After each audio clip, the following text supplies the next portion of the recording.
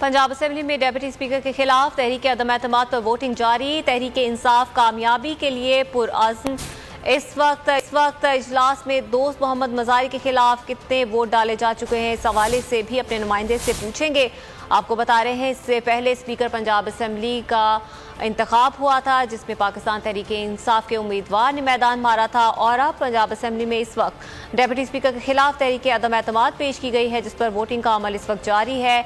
और तहरीक इंसाफ के ही जानिब से डिप्टी स्पीकर मुंतखब हुए थे दोस्त मोहम्मद मज़ारी, लेकिन वज़ीर आला के इंतखाब के दौरान उनके खिलाफ पाकिस्तान तहरीक इंसाफ ने तहरीक अदम एतमाद लाने का फैसला किया था, और इस वक्त उनके खिलाफ वोट डाले जा रहे हैं। कुछ ही देर में वोटों की गिनती होगी और देखा यह जाएगा कि उनके लिए तहरीक अदम एतमाद की जो तहरीक अदम एतमाद कामयाब हो पाएगी या नहीं।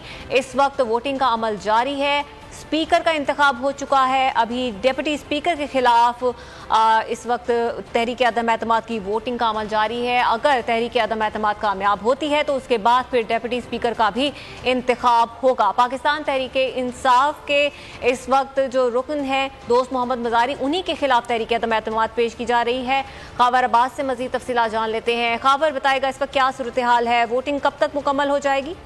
जी बिल्कुल, आज का सारा दिन जो है वो गहमा गहमी पंजाब असेंबली में रही। इससे कबल जो है वो स्पीकर पंजाब असेंबली के लिए इंतखाबात हुए, जिसमें तहरीक इंसाफ के उम्मीदवार सिद्दीक खान ने पता अपने नाम की, और उसके बाद अब जो है वो डिप्टी स्पीकर जो कि तहरीक इंसाफ के टिकट से ही जीते थे दोस्त मोहम्मद मज़ारी, उनके खिलाफ तहरीक अदम एतमाद पेश की गई है, जिसके बाद तहरीक अदम एतमाद पर वोटिंग का सिलसिला जारी है।